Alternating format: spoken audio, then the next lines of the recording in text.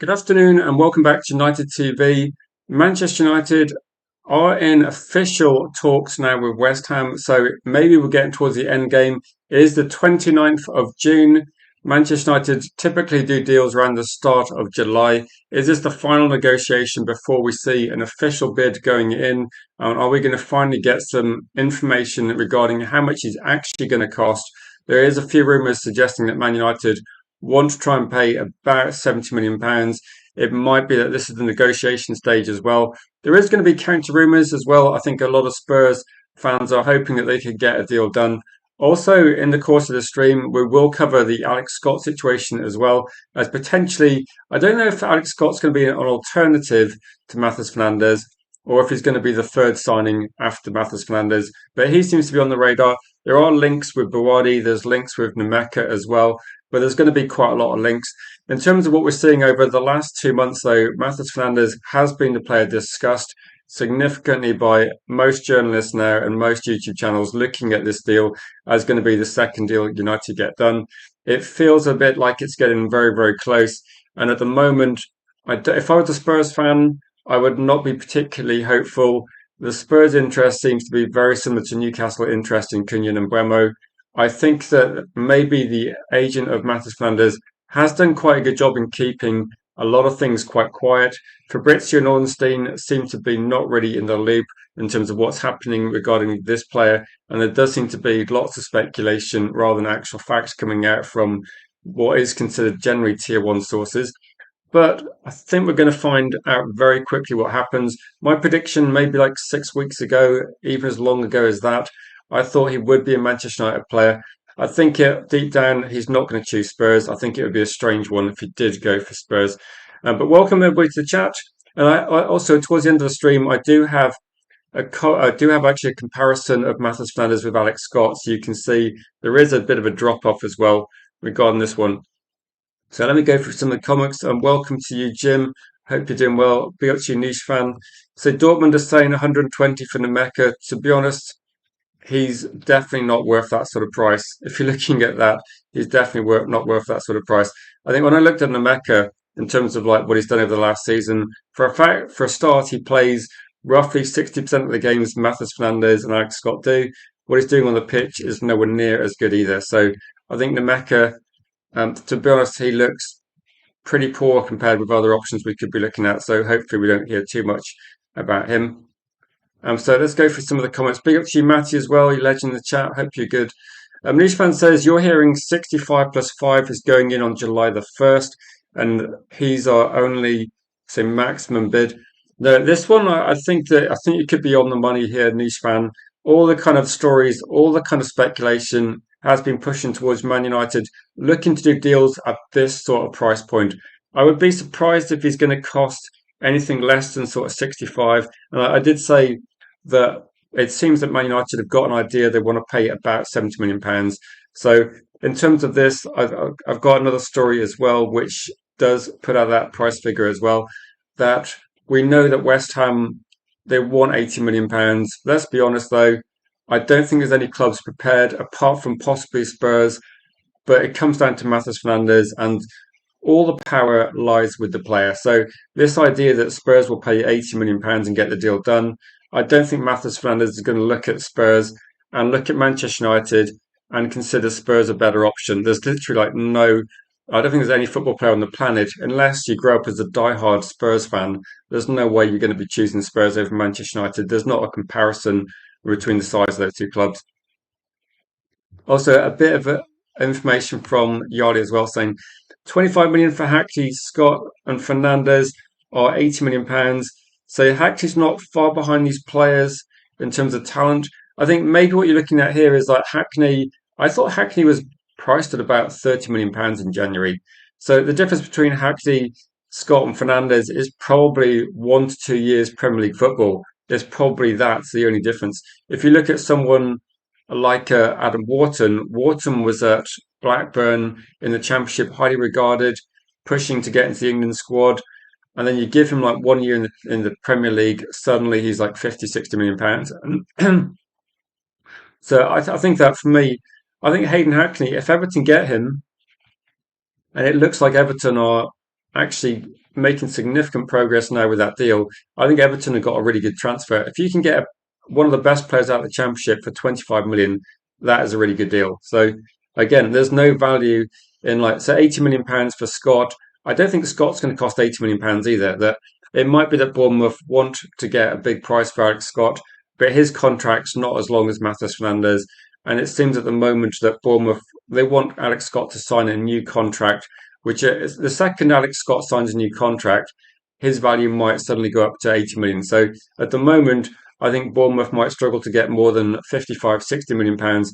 If Man United was seriously interested in Alex Scott, then you can make an offer. Certainly, there might be a few clubs interested in Alex Scott, and probably the time to do it is now. If Alex Scott signs a contract, you're going to be adding maybe 15 million pounds to his value straight away because you'll be under contract for at least 5 years, and it will give Bournemouth all the power suddenly. But if an offer goes in, I think you could get Alex Scott out of Bournemouth quite easily. I don't think he's going to be on a particularly big salary considering how long he's been at the club and his age, etc. So I think the deal could be done for that one. In terms of Masters Flanders, though, does anybody think he's going to cost more than 70? So I'll be genuinely surprised if Man United. It feels like we're the only serious club at the table that Matheus Fernandes was actually moved to. If you replace Spurs with Paris Saint-Germain or Real Madrid, I would have a different view. But the fact that it's Spurs, and we know that Spurs are going to be looking to try and spend some cash. I did hear this morning, and again, I'll have to say this, a lot of people in the chat are usually pretty knowledgeable as well, and a lot of people will be looking at information and sources as well. And feel free to share any sort of stories you see as well. But a lot of stories are pushing this idea now that I think Manchester United and Spurs are rumoured to be pretty much offering the same sort of salary, the same sort of terms to Matheus Fernandes. So I don't think Spurs are going to be able to, they're not going to be able to throw money at Matheus Fernandes in a way which is going to suddenly make Matheus Fernandes jump towards Spurs. I think the offers from Spurs and Manchester United are going to be pretty similar. I know Man United's wage bill is coming down quite a lot, but we still seem to be paying about average salaries or at least market value salaries for players of this sort of age.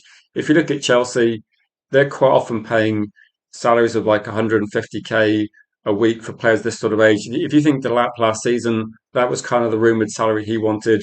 And I think that Man United will be looking at Matheus Fernandes probably pretty similar to looking at the players they've got like Kobe Mainoo at the club, and maybe it's going to be a salary in that sort of range. The thing though, that the positive thing for Matheus Fernandes is if you join Manchester United and you play well for a few seasons, you're probably going to get a nice pay rise. You're probably going to have the bonuses from Champions League football.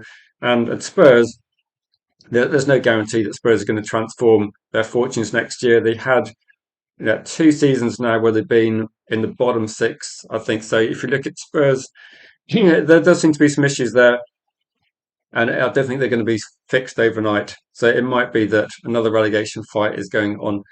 Big up to you, Sky. I would say media narrative that Spurs don't want to be seen as mugged FC. They won't pay way over the odds, or else they'd have done so. I think that this kind of speculation that Spurs are going to pay loads of money, I don't really agree that Spurs would do that as well. There does seem to be a lot of people looking at it and thinking that is there any incentive? Like Spurs need to buy quite a few players to improve their team. Can you imagine? Like I know Spurs have got a reasonable budget, but Spurs aren't going to spend crazy money. They don't have Champions League football next season.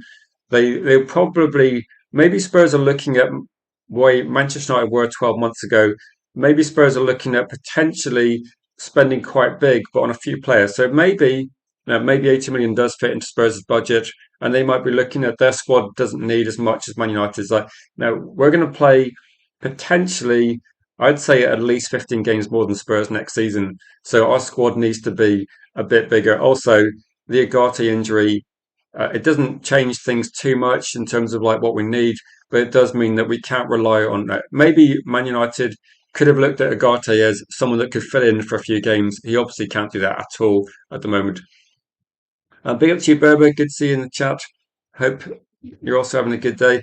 The temperature's gone down a bit, actually. It's a bit more sensible in terms of where I am. But big up to you, Sky. So the more this drags on, the less I want to see Fernandes in a red shirt, says Vril.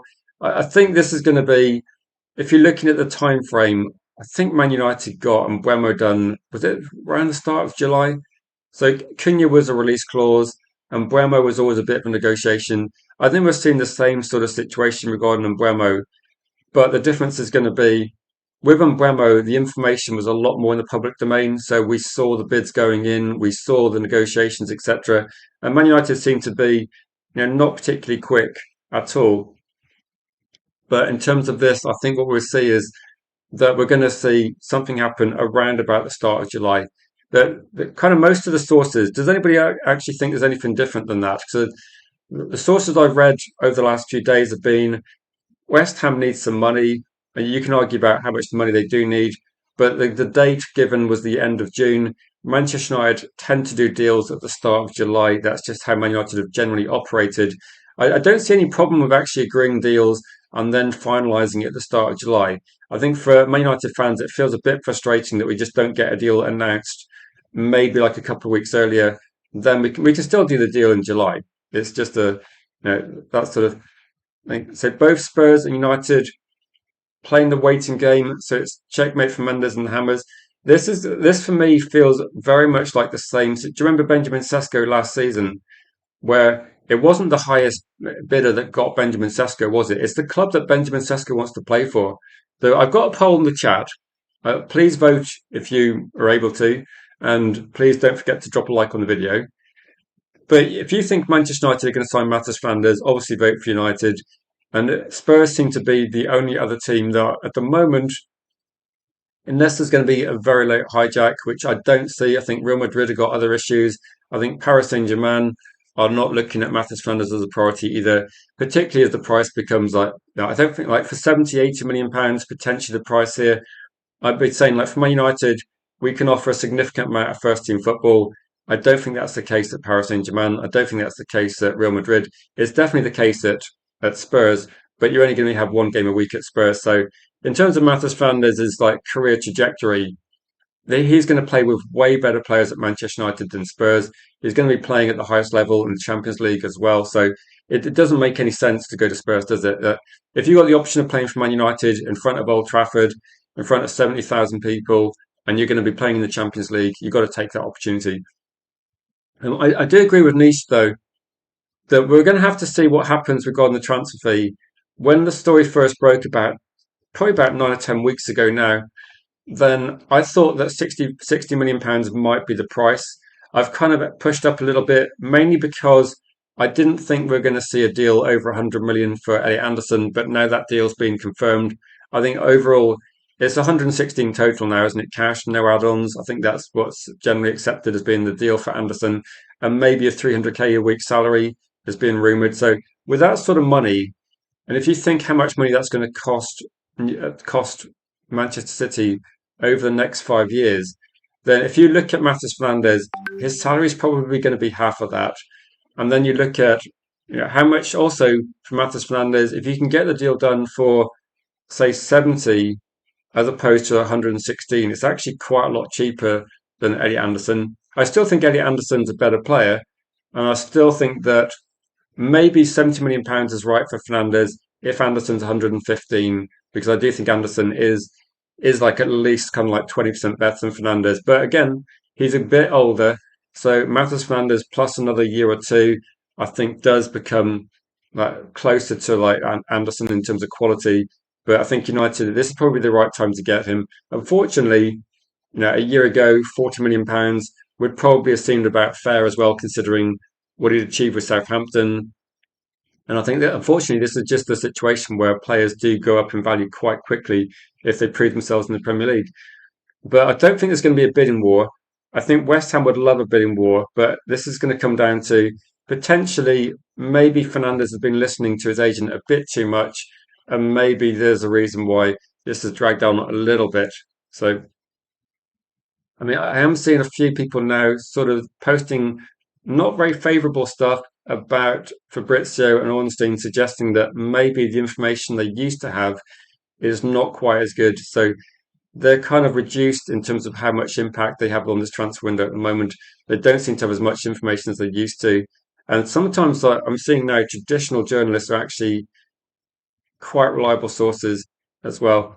Uh, be it you, Rob Alls United. I'm going to call you Rob Alls United because I know people get confused by the Spurs links as well. But probably what, like 10 days left?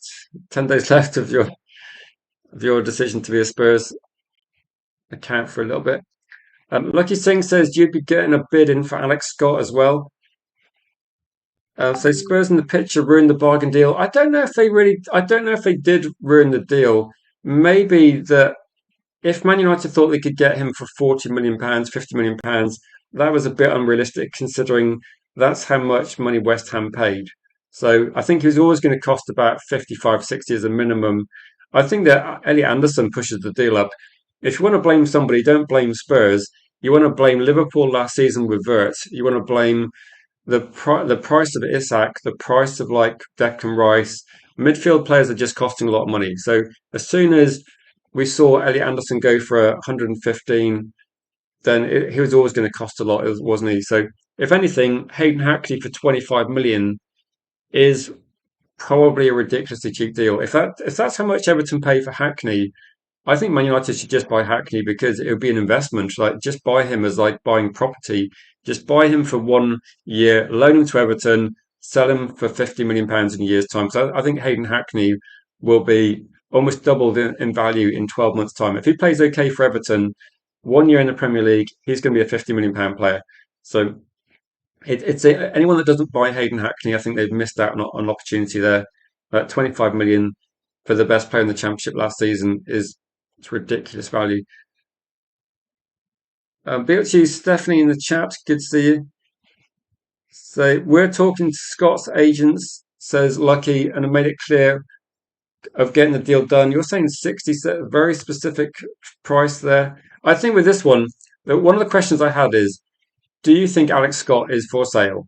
So I think as soon as a club says a player's not for sale, I think we saw this with Newcastle last season, and we've seen it with a lot of players over the time. As soon as a club says a player's not for sale, I take that as the first start of a negotiation because that every player is for sale if you pay the right sort of money. Like clubs can come out and say this player's not for sale. Of course they are. You just want to negotiate a proper deal. And I would say that every single player at Bournemouth is for sale at the right price. Bournemouth are definitely a selling club. The only clubs that maybe say players are not for sale, I think it depends. If you're Real Madrid or Manchester United, potentially, depending on how well your club's doing, you'll say like you don't have to sell players, do you? Bayern Munich have come out recently and said no players for sale, but they might be tested severely by if Real Madrid offer crazy money for Elise, we're going to test how much that is in terms of players not for sale. But I think every player is for sale. So Alex Scott not for sale is nonsense. Bournemouth want him to sign a new contract. Alex Scott hasn't signed a new contract as things stand. For me, that's something where you got to accept that the only reason Bournemouth want Alex Scott to sign a new contract is to push his price up. They have no interest in keeping Alex Scott for another 5 years. They want to sell him and they want to get top money for him. So it is ridiculous. So I'll put the news up in a second. I'll just go for a few more comments.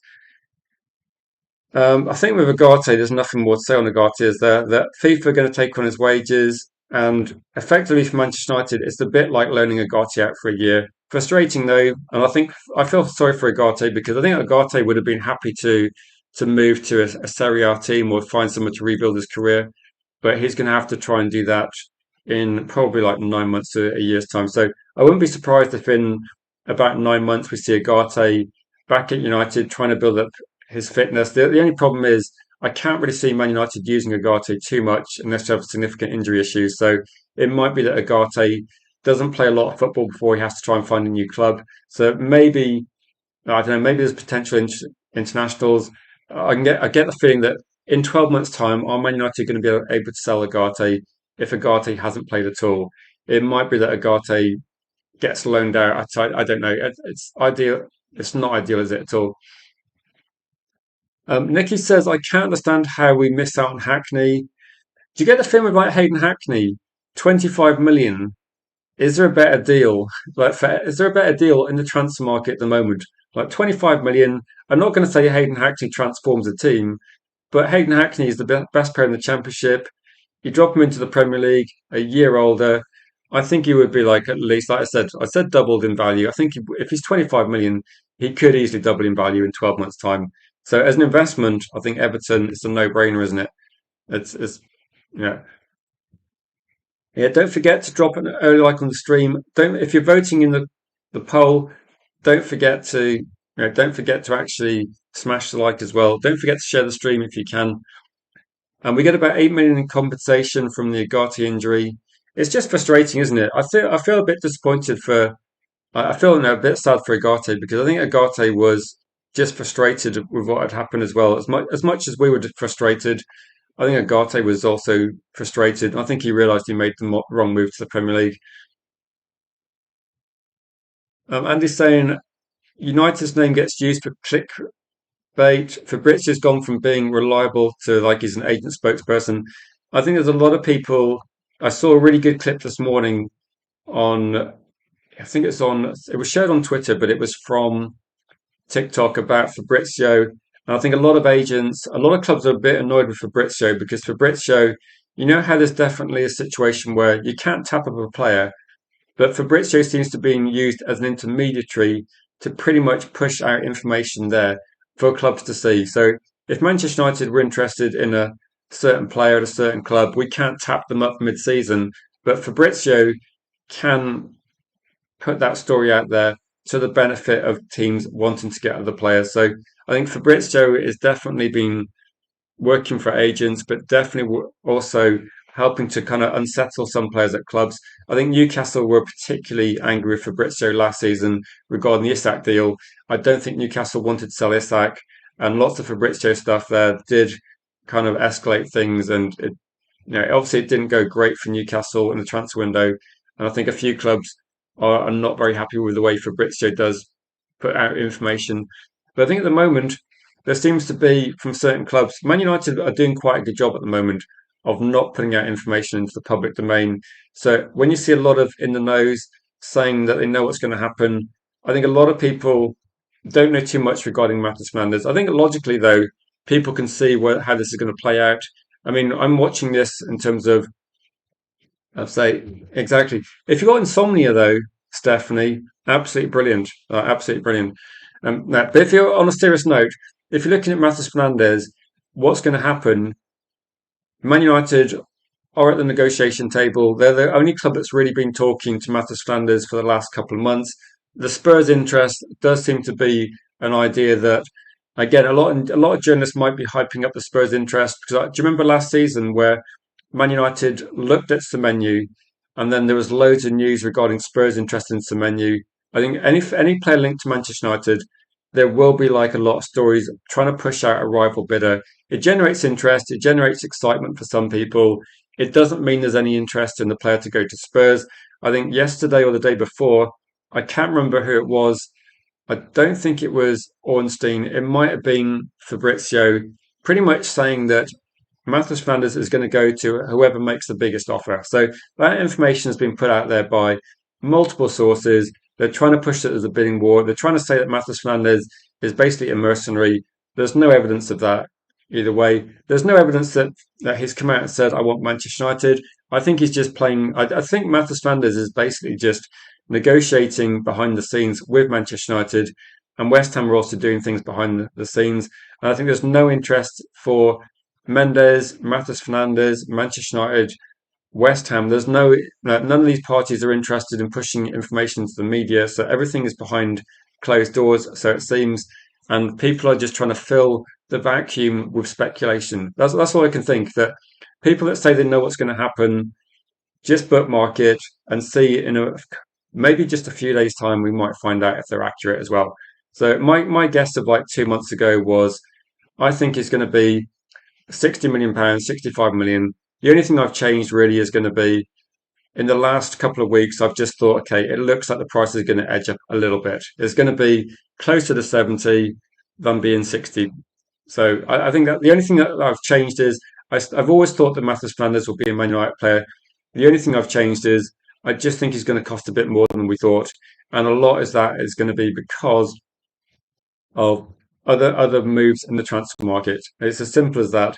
The market value of players has gone up, and Manchester United, when they were putting their plan together, which players to sign, they probably had an idea that Anderson would be their top target. I don't know. Did people genuinely think that Anderson was going to cost £115 million? I certainly didn't at the time. I thought Forest would be lucky to get over 100, but since that happened, then all the other clubs that come out with evaluations at the same time, then they've been taken more seriously, haven't they? So now Tonali as £100 million, it seems that that's the price that Newcastle will demand for Tonali. And I think Man United were actually okay. If Tonali is £100 million, we don't think that's good value. Matheus Fernandes, we know West Ham needs some money. We know they need to make a bit of a profit on the Matheus Fernandes deal. They paid over 40 for him. That 60 would have been like the cheapest possible. I think United will edge a bit higher than that. So my guess is going to be 65 plus 5, which is essentially probably exactly the same as we paid for Bremo pretty much. That was about 65 plus 6, wasn't it? So I think Matheus Fernandes might be a very similar price to Bremo. And for me, that's absolutely fine. So modern journalism seems to be guesswork and speculation driven. The only thing that's happened is it's just got quicker, isn't it? Big up to Berber. Thank you, Ryan, for being a member of the channel for another month. Thank you for renewing your membership. And big up to you, my friend. So, for people that like predicting things, if Man United buy Matheus Fernandes and it costs like 65 to 70, just let other people know. We kind of called this about 2 months ago. But again, I was also using the famed Fabrizio guesswork technique as well. So I was guessing the price based on information as well. So we can all do our own research. We can all see what feels logical in the transfer window.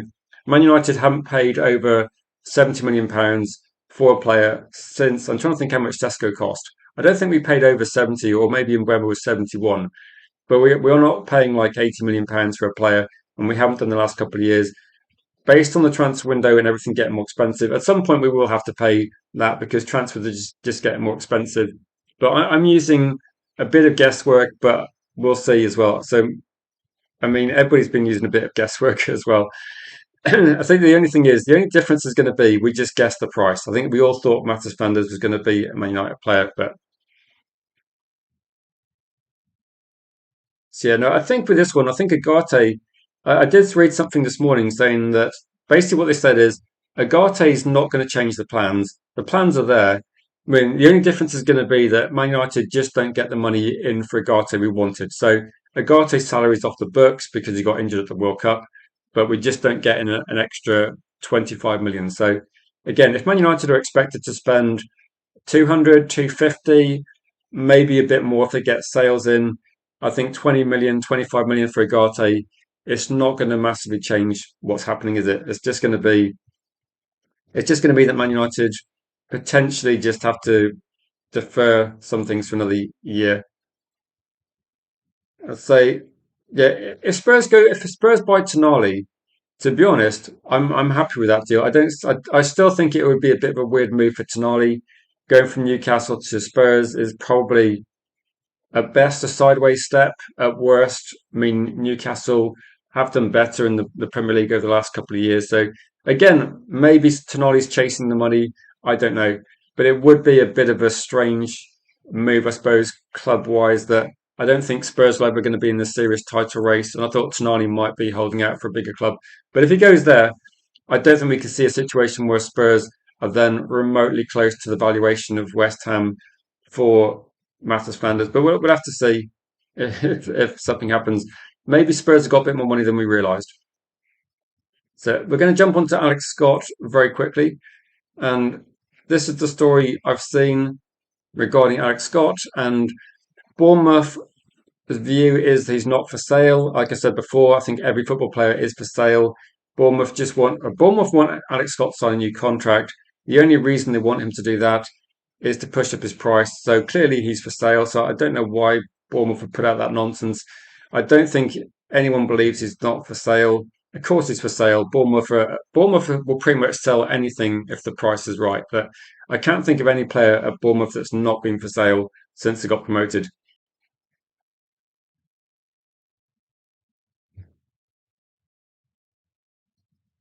Do we buy all this that we need to sell other players? Andy, I'd say Man United's squad is so small that we should be looking to buy more players than we sell. So if this idea that Man United need to sell players to buy players, I think it's just a load of rubbish, to be honest. Like Man United, our turnover next season is going to be over 700 million, and our turnover has been regularly in the top few in the Premier League, despite finishing 15th. So I don't buy it at all. I mean, some people might buy it, but I think it's just inaccurate information. Another bit of Alex Scott, and this is something that people have been saying as well, is that if Man United want Alex Scott, do we envisage any sort of battle from other clubs? Like if you're looking at Alex Scott, if Man United say Alex Scott is going to be our third signing after getting MATEUS Fernandes, is there going to be a problem with any of the clubs? And this is probably where I think about 2 weeks ago, I read something that said, I think it might be an Areola going to Liverpool. I mean, Areola going to Liverpool, a lot of people are thinking he's going to do well, but if you don't do very well, you're not going to stay there very long. I mean, Slot only lasted like 2 seasons, and he won the Premier League in one of those seasons. So there's no guarantee that Areola goes to Liverpool and is there for a significant amount of time. So if Alex Scott's looking to join a club because of the manager, I would say, unless you're Arsenal or Man City, I mean, it depends how Maresca works out as well. There probably isn't a lot of guarantee in any of the top teams. I think maybe Arteta's going to be the one that's been there the longest, and because he's finally got success, you'd imagine he's going to stay there for a few more years. I mean, if you look at Liverpool, Chelsea, Manchester City, Manchester United, I couldn't really say I think any manager is going to be there for a significantly long amount of time. You just don't know how things are going to work out. I think it would be a bit strange for Alex Scott to jump there because of the manager. If you're looking at because his stepsister plays at Manchester United, is that a reason? I don't know. I'm not sure if either is a particularly great reason. I think you'd have to look at it in terms of a football perspective and say that with Alex Scott, you've got to look at where you're going to get first team opportunities. Is the club on the up? Is it a style of football you enjoy getting involved in? Like playing for Arsenal is going to be very different playing for Manchester United. Is he happy to take a step up to Manchester United, which would be a huge amount of pressure and expectation? Or is he going to be ready for first team football at Old Trafford? I'd imagine that given like his trajectory, I think he would be an interesting option. I think the price is going to be one that people just argue about how much it's going to cost. I think Matheus Fernandes is under contract for longer. At the moment, in terms of how much would Alex Scott actually cost, then the rumour was that Bournemouth wanted 60, 65. I think since the transfer window opened, loads of people have been saying they think that the price is going to shoot up to £80 million. If he's only got a couple of years left on his contract and Bournemouth really want him to sign a new contract, it seems a bit unrealistic to, again, if I was a club looking to get Alex Scott, I think clearly he's looking at his next move. It might be that Bournemouth have to offer him a big salary increase and then put in a big release clause. If I was looking to get Alex Scott, I think you can make sure he doesn't sign a new contract and he could get a decent signing on bonus. I mean, but let's be realistic. If he's going to jump from Bournemouth to a different club, the club he's joining is going to have more financial power than Bournemouth, so they can make it worth Alex Scott's while. So simply, if they're going to have to pay £50 million more or £20 million more if Alex Scott signs a new contract, they could definitely give Alex Scott a decent reason to say no to a new contract, jump to Man United or jump to any other club as well. If I was Spurs, I'd be seriously looking at this deal as well. I think if you don't get Matheus Fernandes, I think Tonali for 100 or Alex Scott for 60, I'd be going for Alex Scott. I think he might be a better option. But that's something that I think Alex Scott, if he signs a new contract, I think he leaves in January like Semenyo. But I don't know. Spurs are welcome to him as well. I think he's like a bit too lightweight. So if anyone's got any questions as well, I do have like a comparison of Alex Scott plus Matheus Fernandes. If people are interested, I said I'd do that near the end of the stream. I wanted to give people like at least sort of like 35, 40 minutes to have a vote on who you think is going to get Matheus Fernandes. I don't think Matheus Fernandes is going to stay at West Ham at all. That's why I kind of ruled that option out. And in terms of our other, if you think Matheus Fernandes goes to a team that is not Manchester United and is not Spurs, who do you think's going to come in at the last second and nick that deal? And Mark says another week of doing nothing in the transfer window by Manchester United. Yeah, there hasn't been a lot of activity, to be honest, has there? So gone quiet on Wharton with Liverpool. I mean, maybe Liverpool are also looking at that if these players are talked about being £100 million, like Wharton price is supposed to be 100 after a bit of a there was a bit of news about a month ago, wasn't there, 6 weeks ago, that said Wharton might be available for 65 million. So maybe what we're seeing here is something a bit different as well.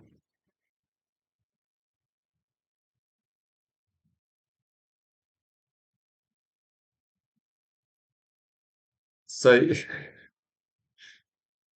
you think Tonali won't be going to Spurs? I don't know. I don't know what Tonali does, to be honest. I think Tonali is a bit overpriced. I don't think there's a club that Tonali would like to go to that actually wants Tonali, if that makes sense. It seems it's going to be quite difficult to see that sort of thing.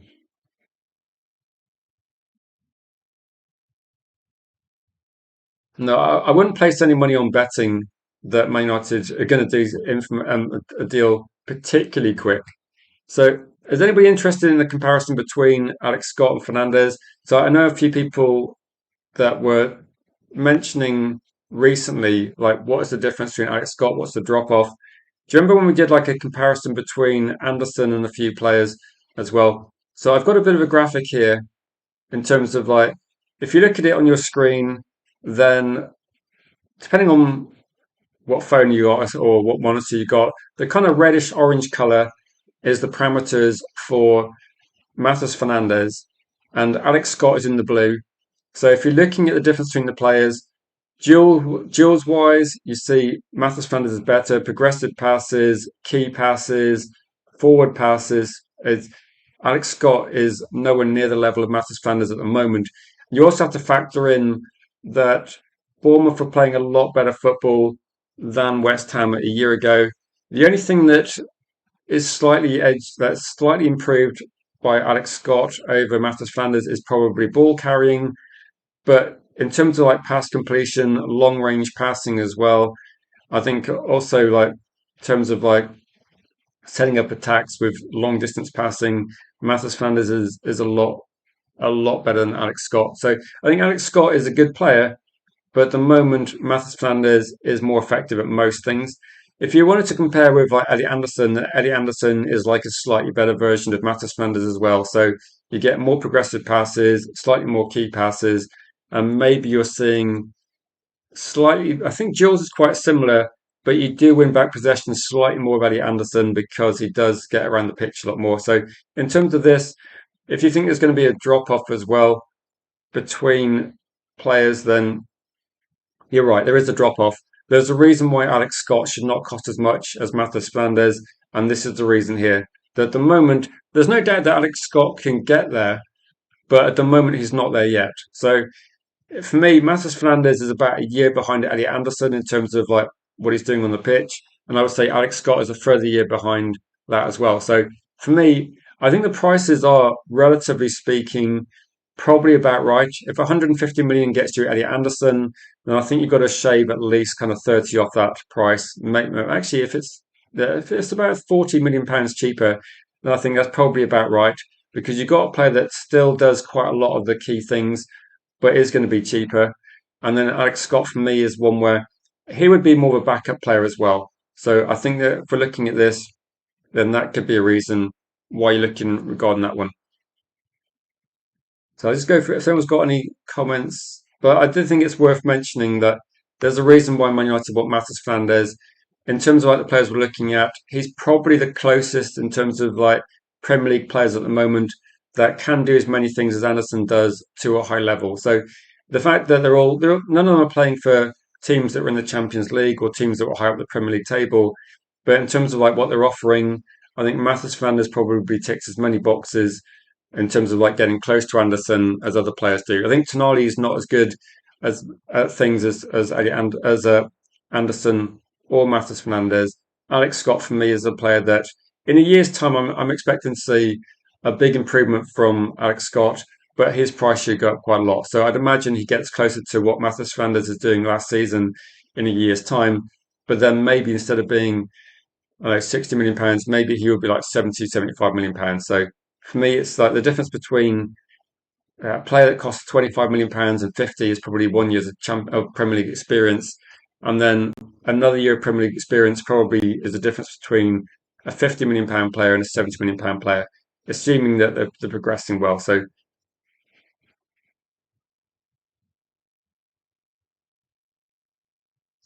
yeah, maybe what I can do is I can do a short video, Marks, maybe, and do a couple of those because it just takes a little bit of time. So I could do that and say, I could maybe do a Casemiro and say like which players match Casemiro, and then have maybe Elliot Anderson, Tchouameni, Matheus Fernandes, and put those players in there possibly to see that. So I did say the question at the start of the stream was going to be where does he go? I know I understand that throughout the stream I have probably been pushing the Man United angle, but you're able to vote for whatever you want, obviously. So at the moment, regarding this one, and this is kind of like, so everyone can take joint responsibility for this one. Where does Fernandez go? United 84%, Spurs 8%. So it seems like we have a few Spurs fans. I don't know if like Rob New Spurs was swayed by his name and voted Spurs, but somebody voted for Spurs. You might have to, if you think he's going to go to Spurs, let me know in the chat because I want to see if you accidentally clicked it. And then other is 8%. So I'm not surprised that there's a couple of votes for other, but again, maybe that's just thinking that Man United won't get deals done. I don't know. And people that click the like as well, don't forget to click the like on the video. It really helps the channel. Don't forget to share the stream as well. And again, I think the channel success depends on people watching. And ultimately, there's no guarantee that we'll be able to keep doing as much Man United content as we have been doing if the channel doesn't grow. So if you want to see more regular Manchester United content, please just support the channel. Otherwise, unfortunately, we won't be able to keep going.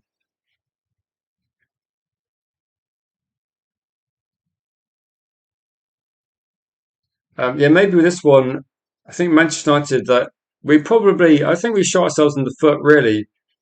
Um, this must be, is this like you speaking into your phone because I'm not familiar with that phrase, Ryan, unless that's something from Hull. But definitely don't shit in your own food. No, but we definitely shot ourselves in the foot regarding Casemiro, and I think the reason was not because we kept Casemiro too long, although I'm saying or we should have kept him a year extra. I think Manchester United should have got Casemiro's replacement a couple of years ago.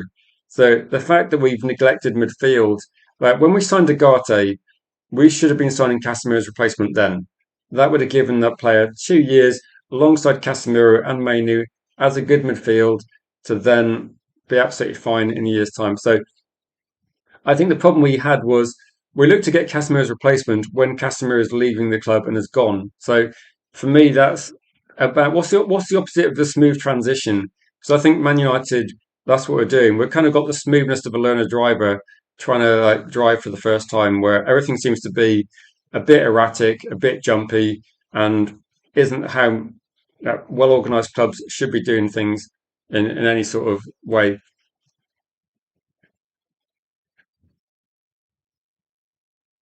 So like, don't mention Tottenham. Like Tottenham are not a rival for any transfer. Lucky. So Alex Scott wants United over Tottenham. So Scott, no, Scott is not linked to Spurs, is it? So to be fair though, I think Zenit since Petersburg have probably got um, yeah, maybe we're seeing like Spurs have been rubbish for what a couple of years in the league. Maybe Spurs content creators are working overtime to try and push some Spurs content out there, and maybe Fabrizio. You know how last season every player we've signed was linked to Newcastle. Maybe Spurs are the new Newcastle. So maybe that Fabrizio and Nornstein have gone right. We hammered the crap out of Newcastle last season. Newcastle are pretty pissed off with us. We're going to do Spurs this year. So tune in next season when Man United we're going to be battling like pick a random team. We're probably going to maybe next year we battle Chelsea for every signing. Who knows? But Spurs want a lot, don't they? But they're probably not going to get what they want, unfortunately for Spurs. Big up to you, Genghis. And For people that just tuned in, you missed the poll, unfortunately. If you want to see a comparison of Alex Scott, Matheus Fernandes, it was probably about 5 minutes ago as well. And if anyone's got any thoughts on that one, I'd say that midfield is pivotal to our success at United. I think with this one, you're right, Mike. The problem is Man United took so long to realise that the midfield's the most important part of the team that we're kind of waiting till at the moment we haven't actually we haven't actually officially got the Edison deal done. Like we haven't got the second part of the medical done yet. So at the moment, as it stands, Manchester United's midfield is Kobe Mainu.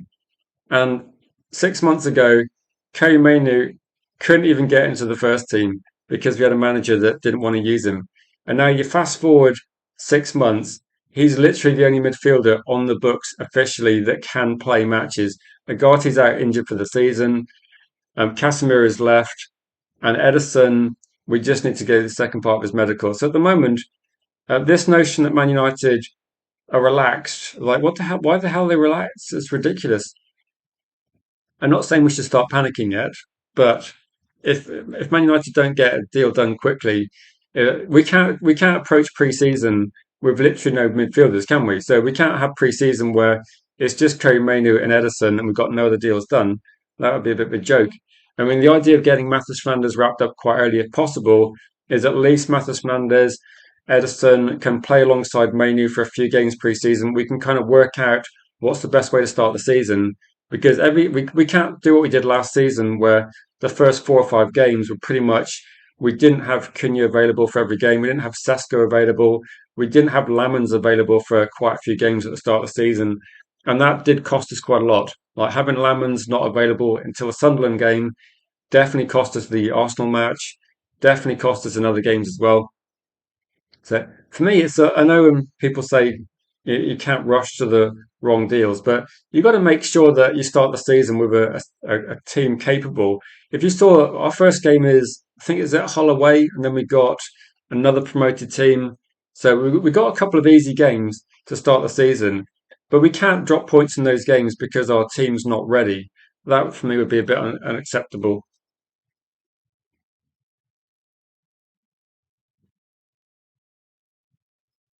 So Everton have agreed a fee. Middlesbrough that for me is like a bit disappointing, isn't it? But that's a good deal for Everton. It's a fair play to Everton. They got a good deal. Yeah, 20 million would have taken the piss, wouldn't it? Really. Mainly's just watching football, isn't he? Mainly's watching like average players playing in midfield for England. Like you bring on a 50-year-old Henderson, and Mainly's just watching. So I don't know. I think Mainly should be playing for England, but as a Man United fan, I can see there's no problem with Manu just resting and having a holiday in the USA, but I think if England want to try and win the trophy, I think Manu should be involved a bit more as well. And Mike says United need to promote the youth players under 21s to supplement the new midfield signings. I think with this one though, the new midfield signings potentially are very young as well, aren't they? Manu and Fernandez are only 21, so Edison is a bit older, but I don't know. Maybe is it Thwaites that's been talked about, and the Fletcher twins as well. JJ Gabriel. I think there's a few players that will be potentially promoted to the youth or maybe they'll be getting minutes in the first team. Mike, I think that this is something where United need to make sure the first team functions pretty well to start with. Otherwise, it's going to be a bit tricky to go on that one.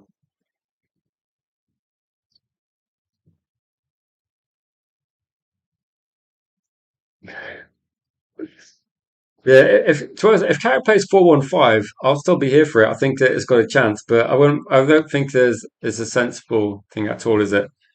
Big up to you, Niall. Hope you enjoyed your trip to the USA.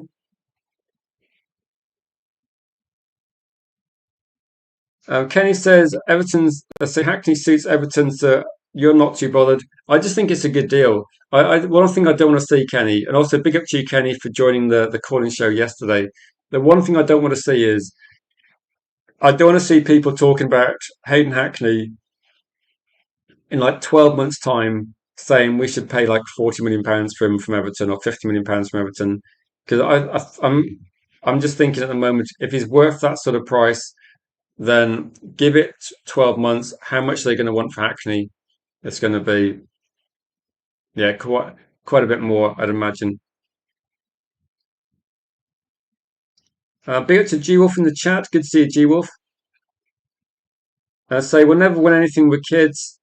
Well, I think if you think the academy is full of like Beckham, Scholes, I think the actually gigs wasn't there, was he? Like Neville, Butt, etc. The problem is the first team Manchester United had that these kids came into did have like Schmeichel, had Bruce, had Pallister, had Dennis Irwin, had trying to think who else is still there that you probably had, but you probably still had potential lots of leaders around midfield. Don't forget you had Roy Keane there as well.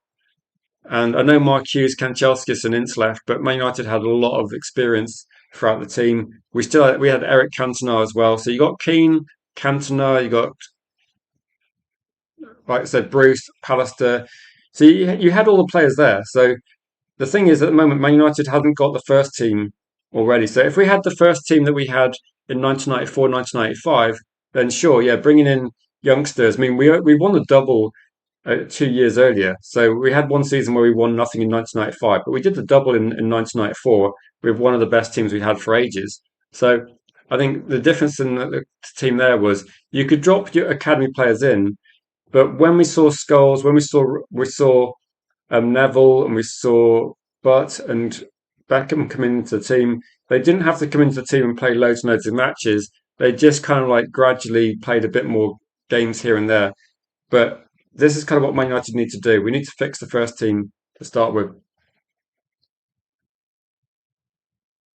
So let me jump into comments. I'm going to be live for like another few minutes so people got some comments. Yeah, Thwaites is one that people talk about actually. That he's one of the people that people are looking at. So now we've got Lamans, Maguire, but Mazraoui barely gets into the team, and Sesko is inexperienced. So I can see your point, but Bruno Fernandes, you can't really compare him to Cantona because Cantona was much more successful. And I think Maguire is towards the end of his career where Bruce and Pallister still had more to offer. I think Lamans is a young goalkeeper as well. Peter Schmeichel was the best goalkeeper in the world. So I think that if when you're looking at the comparisons, we got some parts due off, but I think Lamans isn't as good as Schmeichel. Maguire wasn't as good as Bruce, and Mazraoui not as good as Dennis Irwin. Bruno Fernandes not as good as Cantona. I think the players we've got now aren't as good as the players we had back then, unfortunately. But I can see what you're saying though. Like we're getting the blocks in place, but Mazraoui is not even a first team player most of the time. Thwaites good. Yeah, the Thwaites is decent. Is Toby Collier finished at United? Um, I don't know. Gut feeling, probably yes, definitely. I think probably is finished.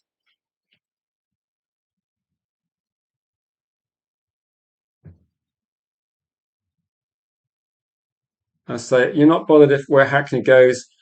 I think with this one, if Man United were genuinely worried about money, and they do kind of push that story out there, I think that Hackney would be a sensible. If we're going to buy, if we're looking to replace midfielders, why not get Hayden Hackney and get Matheus Fernandes and forget about Alex Scott? I mean, Alex Scott is decent, but if he's going to be 60 plus million, is it worth it? Why don't we go for someone like Lewis Hall, or why don't we go for Boadi? If we want to go for like, I think with Debasis, if Man United are going to go and spend £70 million or so on Matheus Fernandes, why don't we just then look at paying the same sort of amount of money for Boadi? I think that would be an even better use of the cash. And then Sangari as well. I think he's available for about 50 to 60. Get those deals done, and we'll be seeing, yeah, a massive improvement in things, won't we?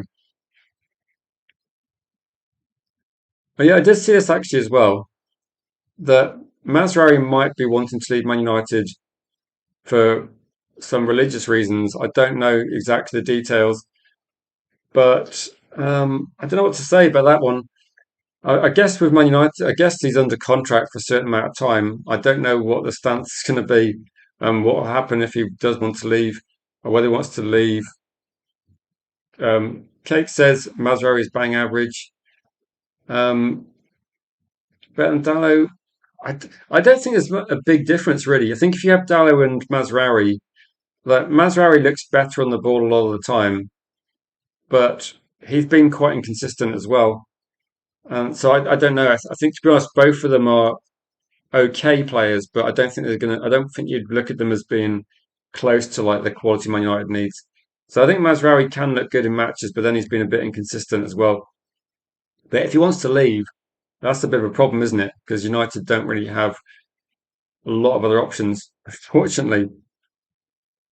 Yeah, I'm kind of looking forward to this game as well. There will be a watch long on the channel, G-Wolf hosting as well, so please get involved in that one. But I think Japan, Brazil. I think Brazil are going to win, and I'd imagine that Japan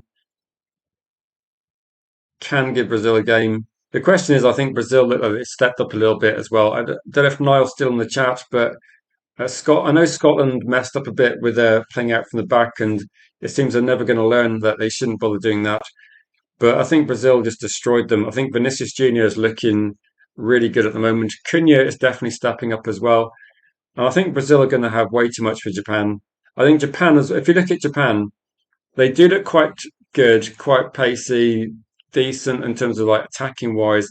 But I think in terms of like physical battles, they're going to be losing it all over the pitch. I think I'd be surprised if it could be it could be quite cagey depending on how the game goes. But I wouldn't be really surprised. I wouldn't be surprised if Brazil win quite comfortably in the end. But it depends. If Brazil score early, I think Japan get complete. I was going to say put to the sword. No samurai jokes intended. But I think Japan might struggle if Brazil starts strong. And if Brazil do what they did to Scotland, I think Japan are they're honest, hard-working team, like Ryan's saying. They look decent on the ball, but I think this is going to be where the level steps up, and I don't think Japan are going to live with Brazil, but we'll see. We'll see. I could be wrong, and I'm hoping from a neutral point of view that it is competitive. I mean, ideally, the best case scenario for this game would be if Japan get an early lead, we can see what Brazil are made of. But there's just for Rafinha, Bruno Guimaraes, Casemiro. I think there's just too much in Brazil's team. There's too much experience and there's too much firepower. With like Vinicius Junior looks great, Cunha's looking really good as well. I've always rated Luca Paqueta. I think he's a good player as well. So I think Brazil have got way too much, but we'll see. We'll have to see what happens. We've got on that one, but there will be a watch long as well, and it's a slightly annoying early 5 o'clock kickoff. So let's see. Maybe the reason is that Matoma only gets about 5 goals a season, and Brighton want 100 million. I think those two facts for me. I think Matoma's fine, but Matoma for me doesn't score anywhere near enough goals to be an attacking player for Man United. Like nowhere near enough. And I'm not sure what Matoma's averaging recently, but he's a player that looks technically decent. But I think Brighton want way too much money, like way too much money. Big up to you, Curtis.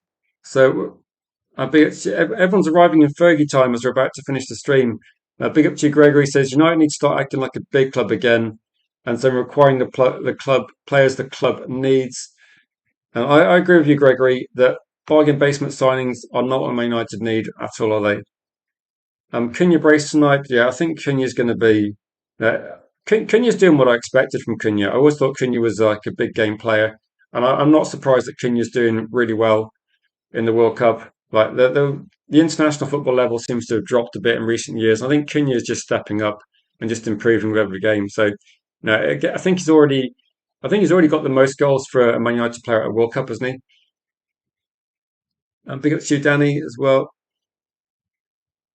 Who have Portugal got? So I think Portugal look a bit like when I saw them against Colombia. They was it Colombia? I'm trying to think who it was, but yeah, they struggled actually. So Portugal, I don't know, not really getting it together.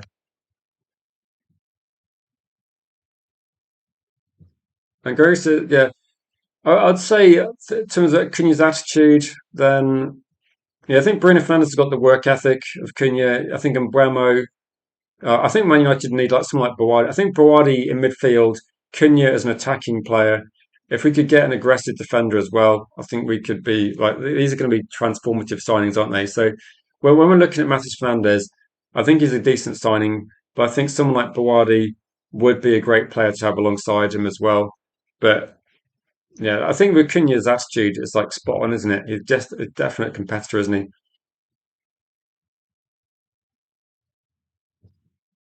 It, so I give you like a couple of stories I've seen which are so far fetched, I just haven't even bothered putting them in a stream. But one of the things I saw, Stephanie and everybody else, was I saw a story. I can't remember where the source was, but it's one of these kind of like Twitter aggregator accounts that has no information whether no, they could have just been making this up. But they put out a story saying that Manchester United are going to put a surprising bid in for Vinicius Junior. And when I saw that, I thought, okay, right, Vinicius Junior's looked great in the World Cup. There's no doubt he's a quality player.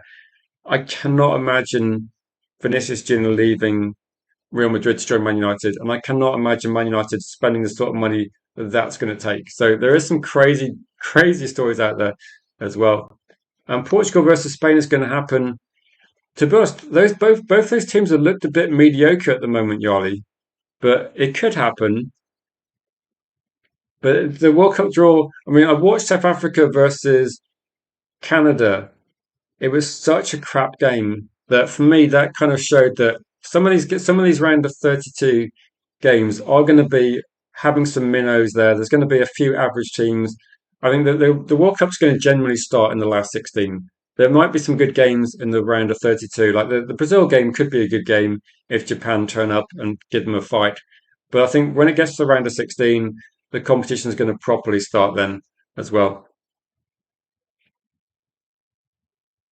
I mean, I'm wondering who have France got in the next game because I think France are going to start destroying teams. They look like a brutal team at the moment. Yeah, I saw this one. Yeah, Vinicius.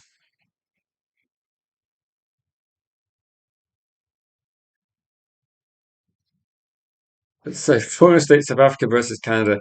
It was like a really dull game, wasn't it? Really one. Um, Congo. I saw Congo play against Uzbekistan, like the highlights I saw, and Congo like they got some finishes from distance. They scored some good goals.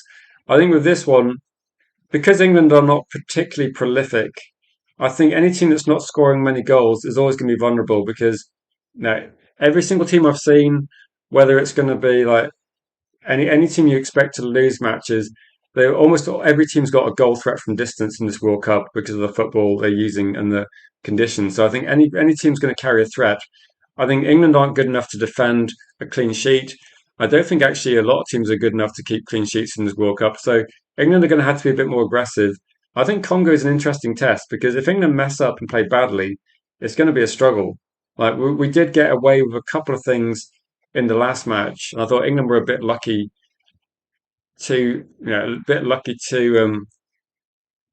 not score, but we'll see. We'll see. I think England are going to win, but everyone seems to park the bus against England. They know it frustrates us.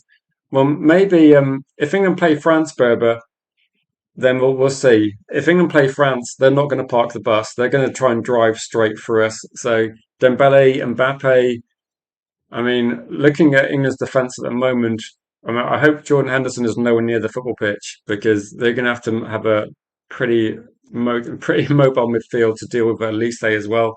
So no, whoever France play are going to be in massive problems as well. But I think England could do quite well. Congo for the upset. Um, I'd be surprised. I don't think Congo are going to upset anybody. They only beat Uzbekistan, so we'll see. We'll see. Yeah, Mbappe, Dembele, Elise. I think France are the most exciting team in the tournament by a distance at the moment. But Mbappe is ridiculous, and feels like he's just stepped up. So I don't know. Dembele feels like it feels like it's a Ballon d'Or interview, doesn't it? Like from Dembele, I can't see him not being in the mix again, and he looked outrageous. So I don't know. I was very very impressed with Dembele. Sometimes I'm a bit critical of like Ballon d'Or winners just being from a certain team, but no, he looked genuinely ridiculous. I don't know what they've done to Elise in Germany, but he looks like a different player as well. So unbelievable.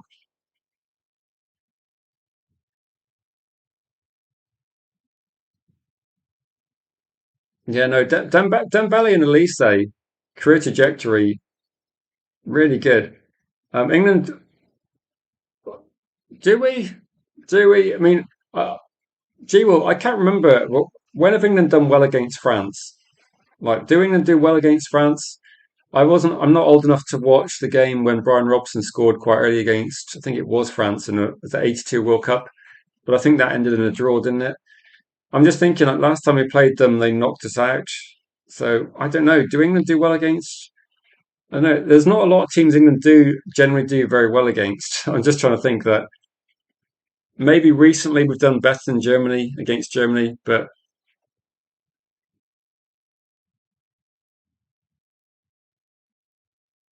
so I don't know. I don't know.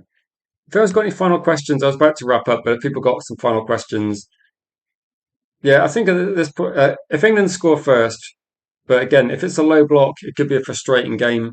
And so Netherlands, yeah, Netherlands actually look quite good, haven't they?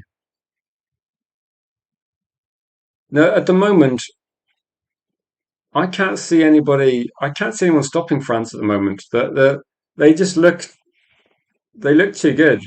I remember somebody posted something about a month ago before the World Cup started, and I just said I think France is going to win it, and mainly based on Mbappe, Elise, and Dembele. But you look at it and just think that I don't see a team that's got significant goal threat like that. I think France have just got too many players playing in top form. I'm not even mentioning like Doué as well and Tchouameni. They just got too many players in the midfield and attack that's too good. I don't think anyone's got a world class defense in the World Cup. I don't see anyone that's going to be. Do you remember how we used to watch World Cups where like Germany could grind out 1-0s and they won. Trying to think which one they won. They won Italian 90, didn't they? With really boring football and won on a penalty against Argentina in the final. I just don't see any team that's able to do that sort of like grinding out 1-0s. This World Cup seems to be about scoring more, outscoring the opposition. So I think the games are going to be more enjoyable. What do I make of City appointing Maresca? I'm kind of hopeful that Pep Guardiola did a really good job at City, won so many things. I'm just hoping that Maresca is going to be like the. It's a bit like Alex Ferguson leaving Man United. Hopefully they got the appointment wrong because I think getting the right appointment to replace Pep Guardiola is going to be key for City. They've done the right thing in the transfer market. They bought one of the best midfielders in Elliot Anderson. They got Semenyo recently. They got Gahey recently. They're probably going to look at signing some more players. They're doing exactly the things that Man United didn't do. When Man United got Moyes, we backed him with some shit signings, and some of our better players left the club shortly after Alex Ferguson retired. So they've got a much better chance of maintaining the success than Man United did. But we'll have to see. Hopefully, it's going to drop off a little bit. But City's transfers are still good, and I think that's going to be the key, isn't it? City will still be competitive for quite a few years to come because of the signings they made. Unfortunately, yeah, only 10 more days. No one wants to be associated with Spurs too much, do they, Rob? New Spurs. You have to be careful though. That might be a temptation to just like change your name to something. Can you have? I don't know if you. I'm assuming you can probably go back to Rob Wars United, but if not, you could probably find another good United-based name. So it's rigged for Argentina. I think Argentina get destroyed if they play France at the moment. Like, there's no way that France are going to let Messi have that much space he's had in the first few games at all. But no, I mean, I think one of the things at the moment is the seeding. When you've got USA, Canada, Mexico all seeded, they're not particularly strong teams. And I think some of the seeding positions, it could be that you have most of the best teams on the same. Yeah, no, they are a bit too good, aren't they? Genghis says you're hoping Paraguay win. Um, I'm not. I think Paraguay is one of those teams I've not seen much of Paraguay. Do Paraguay have the? Is that where I forgot his name now.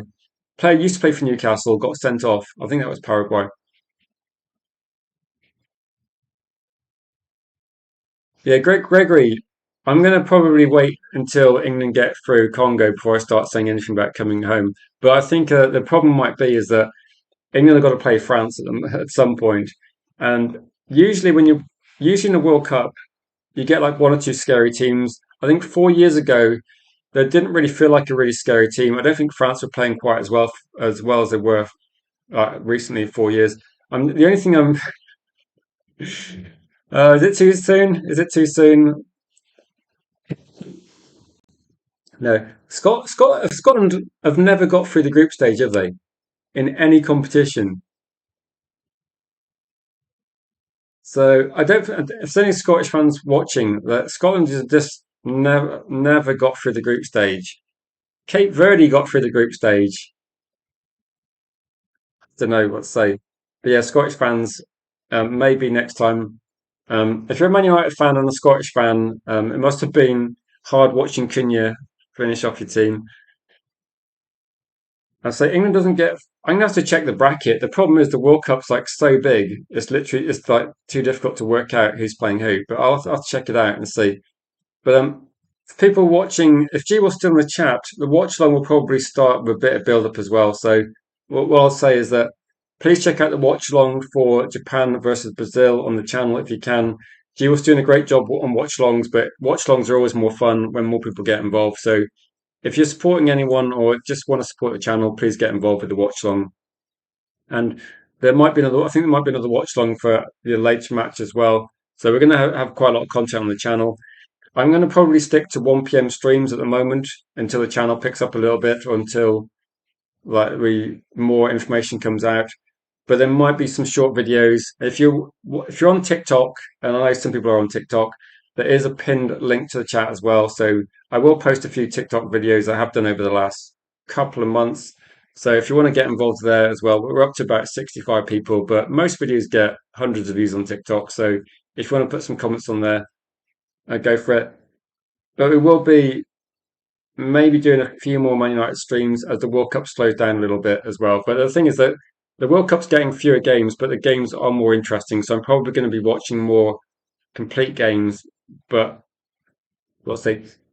And Jules will be moving his Monday stream to Tuesday, so it doesn't clash with as many games as well. So the one the the Monday evening stream that Jules hosts will be moved to Tuesday as well. So in terms of that, everything else on the channel will be consistent. So, guys, thank you for watching, and we will catch you guys in the next one. Look out for the watch alongs hosted by G Wolf tonight.